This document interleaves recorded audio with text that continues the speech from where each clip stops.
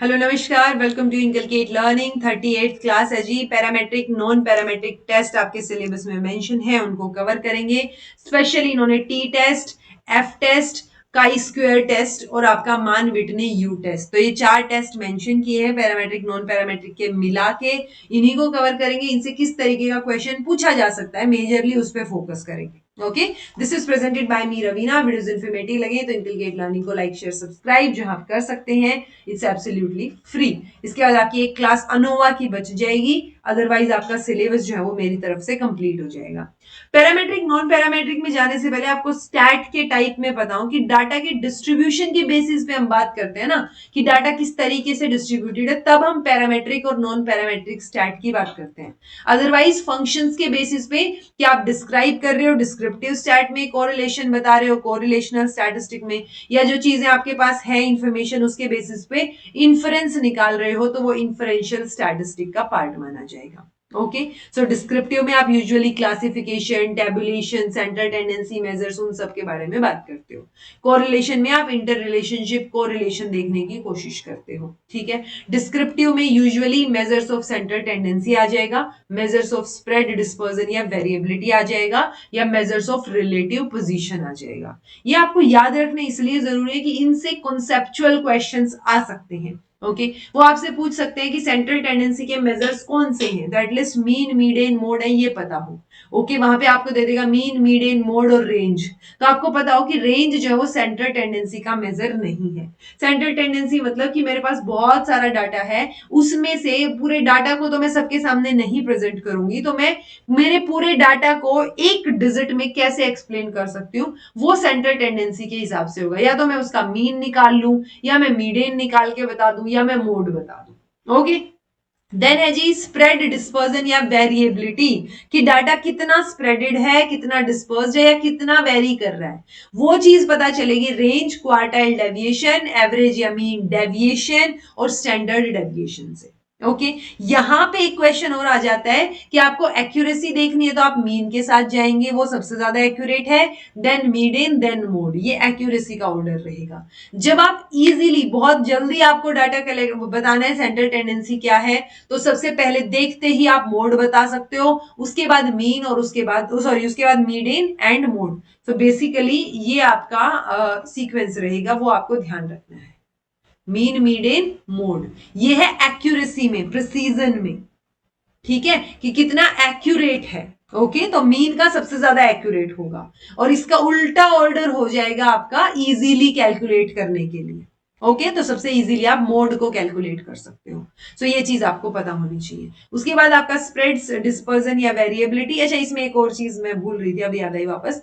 सो इसमें जब extreme scores available हो, तब हम कौन सा सेंट्रल टेंडेंसी का सोर्स यूज करेंगे। एक्सट्रीम स्कोर्स में हम मीन का इस्तेमाल नहीं करेंगे, हम मीडियन का इस्तेमाल करते हैं, ये बात याद रखिए। ओके, देन आपका ये डिस्पर्जन के मेजर्स हैं, ये आपको पता होने चाहिए। देन ये रिलेटिव पोजीशंस बताते हैं, जैसे हमने जेड स्कोर निकालना सीखा था, जेड से टी स्कोर निकालना सीखा था। यूजुअली क्वेश्चन जेड और टी के अराउंड ही रिवॉल्व करते हैं, सी स्कोर, स्टेनाइन स्कोर नहीं पूछे जाते हैं, थोड़ा सा और डीपर लेवल की बात होगी। ओके, देन रिलेशनशिप के मेजर्स, पियर्सन हमने लास्ट क्लास में कर लिया, रैंक कोरिलेशन किया था, लीनियर की भी हमने बात की थी, बाइसीरियल पॉइंट, टेट्राकोरिक, फाई, ये थोड़े से स्पेशल केसेस में आ जाते हैं, जो आपके सिलेबस में तो मेंशन नहीं है एटलीस्ट। ओके, अदरवाइज मैंने स्टैट की जो क्लासेस ली हुई है उनमें करवा रखे, किसी बच्चे ने देखे हो तो well and good. Okay, then एक क्वेश्चन यहां से बन सकता है पैरामीटर वर्सेस स्टैटिस्टिक का, कि मतलब क्या होता है। ठीक है, सो पैरामीटर वर्ड जो है वो पॉपुलेशन की यूनिट्स या मेजर चीजों को मेजर करने के लिए यूज होता है, और स्टैटिक वर्ड जो है वो यूज होता है सैंपल के लिए। तो ऐसे सैंपल, ऐसे स्टैटिस्टिक, और आपका पैरामीटर और पॉपुलेशन, तो ये बात आपको ध्यान रखनी है। ओके, तो कोई भी कैरेक्टरिस्टिक्स, कोई भी चीज जब हम सैंपल के आइटम्स की मेजर कर रहे हैं तो उसको स्टैटिस्टिक बोलेंगे, और अगर हम पॉपुलेशन की मेजर कर रहे हैं तो वो आपका पैरामीटर हो जाएगा। ओके, देन है, अच्छा, सेम अगर आ जाए तो ये obtaining estimate of an unknown parameter using a statistic and studying the property of obtained estimate are prime objective of statistical inference, यानी सैंपल के जो चीजें हमारे पास आई हैं उनके बेसिस पे हम पैरामीटर जो है वो एस्टिमेट करने की कोशिश कर रहे हैं। ओके। देन है इन्फरेंशियल स्टैटिस्टिक, जिसमें आप इन्फ्रेंस निकालते हो। स्टैटिस्टिकल इन्फ्रेंस मेजरली दो चीजों से कंसर्न होता है, एक हाइपोथेसिस को टेस्ट करना और दूसरा एस्टिमेट करना। ओके। हाइपोथेसिस टेस्टिंग के टाइम आप ध्यान रख सकते हो कि हम हमेशा नल हाइपोथेसिस को टेस्ट करते हैं। ठीक है, सो हमेशा नल हाइपोथेसिस को टेस्ट किया जाता है, उसी को रिजेक्ट किया जाता है कि रिजेक्ट हुई या नहीं हुई। अगर रिजेक्ट हो गई तो हम देखते हैं कि क्या अल्टरनेटिव हाइपोथेसिस को जो है एक्सेप्ट किया जा सकता है। ओके। डाटा की डिस्ट्रीब्यूशन के बेसिस पे पैरामेट्रिक नॉन पैरामेट्रिक आते हैं। पैरामेट्रिक वो स्टैटिस्टिकल टेक्निक्स हैं जो कुछ एक अजम्पशंस के साथ चलेंगी। ओके। उनमें मेजर एजम्पशन होता है नॉर्मल डिस्ट्रीब्यूशन कर्व बनना चाहिए आपके डाटा का। ओके। अगर वो नहीं हो रहा है तो मोस्ट प्रोबेबली हम नॉन पैरामेट्रिक के साथ ही जाते हैं। ओके। सो ये डिस्ट्रीब्यूशन फ्री स्टैटिस्टिक इसको बोलते हैं, क्योंकि इसमें नॉर्मल डिस्ट्रीब्यूशन की एज सच जरूरत नहीं होती। Parametric test most powerful test माने जाते हैं, कुछ एक अजम्पशंस उनकी होती हैं। ये टेस्ट कब यूज किए जाएंगे? जब वेरिएबल्स जो हैं वो एक्सप्रेस किए गए हो इंटरवल या रेशियो स्केल पे, तब हम पैरामेट्रिक टेस्ट को यूज करेंगे। ओके। जब पॉपुलेशन का जो वैल्यू है वो नॉर्मली डिस्ट्रीब्यूटेड हो, तब हम पैरामेट्रिक यूज करेंगे। जब वेरिएंस जो है वो इक्वल या नियरली इक्वल वेरिएंस आपको हर एक सैंपल ग्रुप में देखने को मिले। ओके। और सिलेक्शन यानी इंडिपेंडेंट सिलेक्शन हो कि एक एक केस का सिलेक्शन जो है वो दूसरे के ऊपर निर्भर नहीं करेगा। ओके जी। सो ये है यूजुअली पैरामेट्रिक में नॉर्मल डिस्ट्रीब्यूशन दिखेगा, होमोजीनियस या सेम या इक्वली सेम वेरिएंस दिखेगा। देन आपका टिपिकल डाटा आपका रेशियो और इंटरवल स्केल पे होगा। सेंट्रल टेंडेंसी का मेजर हम मीन यूज करते हैं और यहाँ पे हम कई सारे कंक्लूजन निकाल सकते हैं। नॉन पैरामेट्रिक में जरूरी नहीं है कि जब नॉर्मल नहीं है तभी आप नॉन पैरामेट्रिक यूज कर रहे हो। ओके। तो नॉर्मल डिस्ट्रीब्यूशन हो भी सकता है नॉन पैरामेट्रिक में और नहीं भी हो सकता है। सेम होमोजीनियस वेरिएंस भी हो सकता है या हेट्रोजीनियस भी हो सकता है। ओके। हाँ, डाटा का मेन रहेगा पैरामेट्रिक में तभी यूज होता है जब रेशियो और इंटरवल स्केल पे डाटा हो, और नॉन पैरामेट्रिक यूज होता है जब ऑर्डिनल या नॉमिनल स्केल पे डाटा हो। यहाँ पे पैरामेट्रिक में मीन है सेंट्रल टेंडेंसी का मेजर, यहाँ पे आपको मीडियन देखने को मिलेगा। यहाँ पे ये बहुत कम इफेक्ट होता है एक्सट्रीम स्कोर से, तो जो मैंने आपको ऊपर भी बताया था, जब एक्सट्रीम स्कोर्स प्रेजेंट हो तब हम मीडियन के साथ प्रेफर करते हैं चीजों। ओके। यही सेम चीजें हैं, सिंपल है। नॉन पैरामेट्रिक थोड़ा सा इजी टू कैलकुलेट हो जाता है एज कंपैरिजन टू पैरामेट्रिक, वो थोड़ा सा कॉम्प्लेक्स होती हैं चीजें कंपैरेटिवली। ओके। ये स्लाइड आप नहीं भूल सकते। ओके। देखो, चूंकि टी टेस्ट, एफ टेस्ट और आपका काई स्क्वायर टेस्ट ये आपके सिलेबस में मेंशन है, तो आप एटलीस्ट ये अनोवा भी मेंशन है, तो आपको ये पता होने चाहिए कि ये क्वेश्चन आ सकता है, यहाँ से आया भी हुआ है नेट के लेवल पे भी, तो आपके यहाँ भी आ सकता है कि पैरामेट्रिक जो स्टैटिस्टिकल टेक्निक्स हैं उनका काउंटर पार्ट क्या होगा। अगर मुझे कोरिलेशन फाइंड आउट करना है तो अगर पैरामेट्रिक इट्स लाइक नॉमिनल और उस पे सॉरी इंटरवल और रेशियो स्केल पे डाटा है तो मैं पियर्सन का प्रोडक्ट मोमेंट मेथड यूज कर लूंगी। अदरवाइज मैं स्पीयरमैन का रैंक कोफिशिएंट कोरिलेशन निकाल सकती हूँ, या फिर मैं आपका कैंडल का टाउ मेथड भी यूज कर सकती हूँ। सो ये आपको पता हो कि पियर्सन कब यूज होगा और वो पैरामेट्रिक है, और जो आपका स्पीयरमैन है वो नॉन पैरामेट्रिक स्टैटिस्टिकल टेक्निक है। सो चीजें दोनों कोरिलेशन ही बताएंगी, बट पैरामेट्रिक नॉन पैरामेट्रिक का फर्क होगा। सेम यहाँ पे अगर दो ग्रुप है और इंडिपेंडेंट मेजर है, सो आप इंडिपेंडेंट टी टेस्ट का इस्तेमाल करोगे। अदरवाइज उसका counter part Mann Whitney U test है जो आपके सिलेबस में मेंशन है। तो आपको मान विटनी यू टेस्ट और टी टेस्ट दोनों के ही फॉर्मूला पता होने चाहिए। ओके। अगर मोर देन टू ग्रुप्स है, इंडिपेंडेंट मेजर है, तो आप यहाँ वन वे अनोवा यूज कर लो। उसका काउंटर पार्ट रहेगा आपका क्रुशकाल बेलिस का one way ANOVA. Okay. Then यहाँ पे दो ग्रुप्स अगर है और रिपीटेड मेजर है तो मैं पेयर्ड टी टेस्ट यूज कर लूंगी। अगर नॉन पैरामेट्रिक वाले स्केल पे डाटा है तो मैं विल्कोक्सन का matched pair signed rank test use कर लूंगी। Okay. More than two groups हैं, रिपीटेड मेजर है, तो मैं one way repeated measure ANOVA use कर लूंगी। अदरवाइज नॉन पैरामेट्रिक में फ्राइडमैन का टू वे अनोवा यूज कर लूंगी। ओके। सो ये फर्क पता हो कि कौन सा कब यूज हो रहा है, या एटलीस्ट ये बताओ काउंटर पार्ट क्या है। इंडिपेंडेंट टी टेस्ट का counter part Mann Whitney U test है। पियर्सन का जो प्रोडक्ट मोमेंट कोरिलेशन कोफिशिएंट है उसका काउंटर पार्ट स्पीयरमैन का रैंक कोफिशिएंट भी हो सकता है और कैंडल का टाउ भी हो सकता है। ये आपको पता होना चाहिए। ठीक है जी। पैरामेट्रिक और नॉन पैरामेट्रिक के एग्जांपल्स यहाँ पे मैंने मेंशन कर दिए हैं। ये आपका जो है Mann Whitney U test, chi square test, ये नॉन पैरामेट्रिक में आते हैं। T test, F test, Z test, ANOVA, ये आपके किसमें पैरामेट्रिक में आ जाते हैं। ओके। ये आपके सिलेबस में मेंशन है तो हम इन्हीं पे फोकस कर लेते हैं। मेजर टी टेस्ट यूजुअली तब यूज किया जाता है जब सैंपल स्मॉल हो। स्मॉल ना, हाँ, यूजुअली बोला जाता है 30 से स्मॉल होना चाहिए, लेकिन 30 से ज्यादा भी होगा तो भी टी टेस्ट यूज किया जा सकता है। Better result obviously small sample पे देखने को मिल जाएंगे, क्योंकि 30 से ऊपर जब डाटा है ना, 30 लोगों से ऊपर, तो उस टाइम पे इसी को थोड़ा एक्सटेंडेड वर्जन को जेड टेस्ट बोल देते हैं, तो वो यूज होता है। ओके, तो स्टैंडर्ड एरर को आप मेजर करोगे, ये फॉर्मूला रहेगा स्टैंडर्ड डेविएशन डिवाइड बाय में अंडर रूट एन, यानी नंबर ऑफ केसेस कितने हैं। तो स्टैंडर्ड एरर आपसे पूछी जा सकती है, सिंपल सा फॉर्मूला है, और आपको सिंपल स्टैंडर्ड डेविएशन दे देगा, और ये नंबर आपका बातों बातों में ही मेंशन कर देगा, एन की वैल्यू आपको पता भी नहीं चलेगा। फिर पूछेगा स्टैंडर्ड एरर का मेजर बता दो, फिर आप कंफ्यूज हो जाओगे, तो वो मत करना। ओके, तो sigma divide by under root N. Okay, then है विलियम सिले गोसेट ने जो है ये पब्लिश किया था, बायोमेट्रिक का जनरल में पब्लिश किया था, स्टूडेंट के नाम से पब्लिश किया था, यानी जैसे मेरा नाम रवीना है, तो इन्होंने, क्योंकि ये उस टाइम पे किसी कंपनी में काम कर रहे थे तो अपने नाम से पब्लिश नहीं कर सकते थे, तो इन्होंने स्टूडेंट वर्ड के अंडर पब्लिश कर दिया, यानी स्टूडेंट्स टी डिस्ट्रीब्यूशन भी इसको बोलते हैं। ओके, तो सिग्निफिकेंट डिफरेंस जो है ये मेजर करेगा दो ग्रुप के बीच में, उसके लिए ये यूज किया जाता है। सैंपल साइज स्मॉल होना चाहिए, बट इसको रोबस्ट टेस्ट माना जाता है, यानी 30 से ऊपर भी होगा तो भी टी टेस्ट यूज होता है। नॉर्मली डिस्ट्रीब्यूटेड डाटा होना चाहिए, पॉपुलेशन वेरिएंस, क्योंकि ये टी टेस्ट है, पैरामेट्रिक है, तो पैरामेट्रिक वाली चीजों को ये फुलफिल करता हो। वन टेल्ड टू टेल्ड दोनों टाइप का ये हो सकता है। ओके, बेसिक फॉर्मूला जो है वो ये है इसका, क्योंकि टी टेस्ट या टी रेशियो निकालना आ गया, तो मीन माइनस म्यू, यानी पॉपुलेशन का मीन या अज्यूम्ड मीन, डिवाइड बाय में ये आपका जो स्टैंडर्ड एरर की हमने बात की थी, that is sigma divide by under root N. Okay, so ये सिंपलेस्ट फॉर्मूला है, बट कई बार जब हम सब्जेक्टिव की बात करते हैं तो स्कोर्स बड़े बड़े देके और फिर पूछा जाता है। सो देखो, ये वाला फॉर्मूला हो या ये वाला फॉर्मूला हो, दोनों ही फॉर्मूलाज काम करते हैं, बट ये वाला बेटर फॉर्मूला है। रो स्कोर्स भी दे रखे हो तो भी डायरेक्ट वैल्यूज आप यहां से कैलकुलेट कर सकते हो, डिग्री ऑफ फ्रीडम आपकी n1 प्लस n2 माइनस 2 हो जाएगी।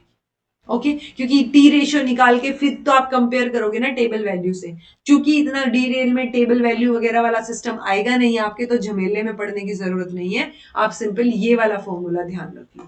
ठीक है, इससे काम चल जाएगा, अगर आएगा तो इस वाले से सोल्व हो जाएगा, अदरवाइज ये क्वेश्चन इतने बड़े फॉर्मूला के साथ नहीं आएगा। ओके, जेड टेस्ट जब 30 से ज्यादा हो सैंपल साइज, तो लार्ज सैंपल साइज हो गया, जैसे ही लार्ज सैंपल साइज जाएगा ऑटोमेटिकली हमारा नॉर्मल डिस्ट्रीब्यूशन कर्व बनता जाएगा, तो जेड टेस्ट हम यूज करते हैं, वहां पे फिर हम जेड स्कोर जो है वो उसको कैलकुलेट करने की बात करते हैं और फिर कंपेयर करते हैं। तो जेड स्कोर का ये फॉर्मूला है मीन ऑफ सैंपल, यानी आपका raw score minus mean divide by आपका स्टैंडर्ड डेविएशन, ये चीज आप ध्यान रखिए। ठीक है, देन है जी आपका F test. F test R A Fisher ने दिया है। एफ टेस्ट से रिलेटेड क्वेश्चन आता है कि वो आपको सम एफ रेशियो निकालना पूछेंगे और आपको sum of square between the groups और विद इन द ग्रुप्स दिया मिलेगा। So sum of square between the groups divide by within the groups, ये आपका एफ रेशियो आ जाएगा। तो ये आपको फॉर्मूला पता होना चाहिए।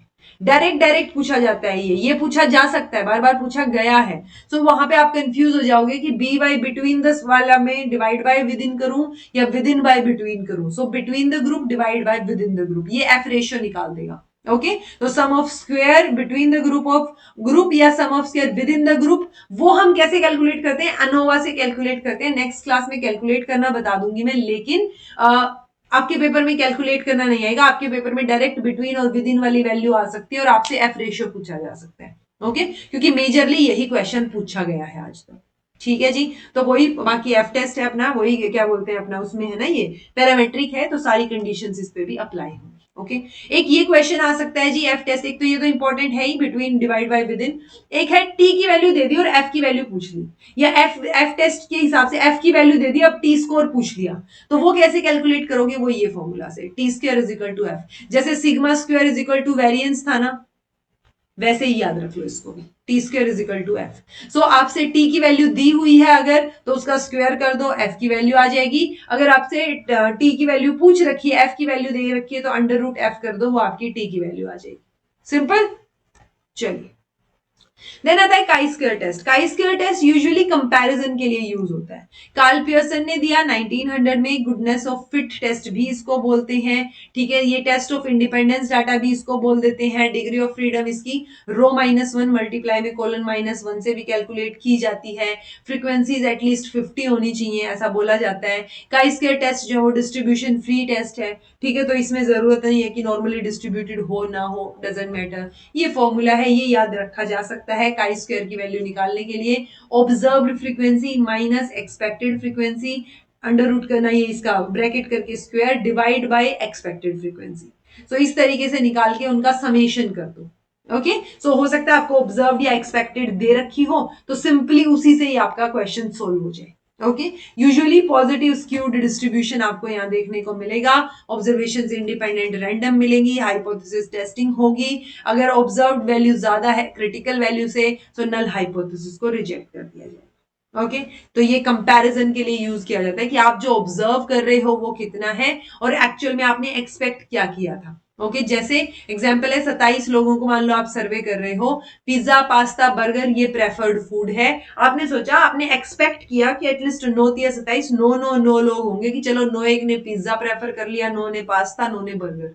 बट एक्चुअल में आपने जो एक्सपेक्ट किया था, आपने देखा कि 2 लोग पिज्जा पसंद कर रहे हैं, 20 लोग पास्ता और 5 लोग बर्गर, दैट्स इट, राइट। सो हमारा हमारा सैंपल जो है वो क्या हो रहा है, जो हमारी एक्सपेक्टेड फ्रीक्वेंसी है उससे डेविएट हो रहा है, उससे ऑब्जर्व्ड फ्रीक्वेंसी बिल्कुल अलग है। ओके, तो ऑब्जर्व्ड मतलब जो एक्चुअल है, एक्सपेक्टेड मतलब जो आपने उम्मीद करी थी आपके डाटा से। सो उसको कंपेयर करने के लिए हम क्या करते हैं, काई स्क्वायर टेस्ट का यूज करते हैं। जब आप चाह रहे हो कि हम क्या एक्सपेक्ट कर रहे हैं और क्या एक्चुअल डाटा है, उसको कंपेयर कीजिए। सो काई स्क्वायर का यूज होता है जी, ठीक है। अब कई बार इस तरीके का क्वेश्चन आ जाएगा, एक इंडिपेंडेंट वेरिएबल है विद 2 लेवल्स और एक डिपेंडेंट वेरिएबल है, तो आप कौन सा टेस्ट प्रेफर करोगे? तो टी टेस्ट वहां पे अप्रोप्रिएट रहेगा। ओके, अगर एक इंडिपेंडेंट वेरिएबल है और उसमें भी मोर देन 2 लेवल्स हैं, ओके, और एक डिपेंडेंट वेरिएबल है, तब आप अनोवा यूज करोगे, वन वे अनोवा। ओके, या आप पढ़ भी सकते हो जो मैंने यहाँ पे मेंशन कर रखा है। देन है more than one independent variable है और एक डिपेंडेंट वेरिएबल है, ठीक है। तो यहाँ पे टू वे अनोवा यूज हो जाएगा। ओके, कि आप इंटरेक्शन उसका चेक कर रहे हो। देन एक है मनोवा, मल्टीपल एनालिसिस ऑफ वेरिएंस। तो इसमें क्या रहेगा, मोर देन वन डिपेंडेंट और मोर देन वन ही इंडिपेंडेंट वेरिएबल्स है, तब हम मनोवा यूज करते हैं, एम मनोवा। ओके, देन आपका मान विटनी यू टेस्ट है जी, मान विटनी यू टेस्ट, विल्कोक्सन, इसको विल्कोक्सन रैंक सम टेस्ट भी कई बार बोल दिया जाता है। ये फॉर्मूला यहाँ पे मेंशन है। U1 U2 जो दो स्टैटिस्टिक आप कैलकुलेट कर रहे हो, मान विटनी यू टेस्ट है ना, तो U कैलकुलेट कर रहे हो। N1 N2 आपके नंबर ऑफ ऑब्जर्वेशंस हो जाएंगे और R1 R2 some of rank हो जाएगा, ये सैंपल 1 के लिए और ये सैंपल 2 के लिए। आप सिंपली पहले कंबाइन कर दोगे, जो डाटा आपको दिया हुआ है वो कंबाइन में आप रैंक निकालोगे 1 2 3 4, ठीक है। फिर कैलकुलेट करोगे sum of ranks for each sample separately, दोनों का अलग अलग, जो आपने अलग अलग कैलकुलेट किया वो R1 R2 हो जाएगा और उसके बेसिस पे आप फॉर्मूला में रखे वैल्यूज कैलकुलेट करेंगे, ठीक है। तो ऐसे क्वांटिटी में आपको इतना सारा डाटा वैसे भी नहीं मिलेगा, सिंपली फॉर्मूला पूछा जा सकता है तो फॉर्मूला ध्यान रख सकते हो, ठीक है जी। सो ये मेरी तरफ से जो है आपके पैरामेट्रिक नॉन पैरामेट्रिक टेस्ट यहाँ पर समाप्त होते हैं। मैंने बहुत मोटी मोटी इन्फॉर्मेशन करवाई है बिकॉज डीपर लेवल पे जाके वो सब्जेक्टिव पेपर में ज्यादा आता है, जो कि यूजुअली मास्टर्स में या फिर आपके पीएचडी कोर्स वर्क में जब सिलेबस होता है तब आपका काम आता है, स्टैट में बेसिकली, ठीक है। सो आई थिंक इससे आपका काम बन जाएगा, एटलीस्ट कॉन्सेप्चुअल क्वेश्चंस या जो भी क्वेश्चंस आएंगे वो सोल्व हो जाएंगे। So this was all about today. Thank you so much for watching. Be happy, keep smiling, subscribe to Inculcate Learning because it is absolutely free. Be consistent in your efforts. Take care. See you in next class.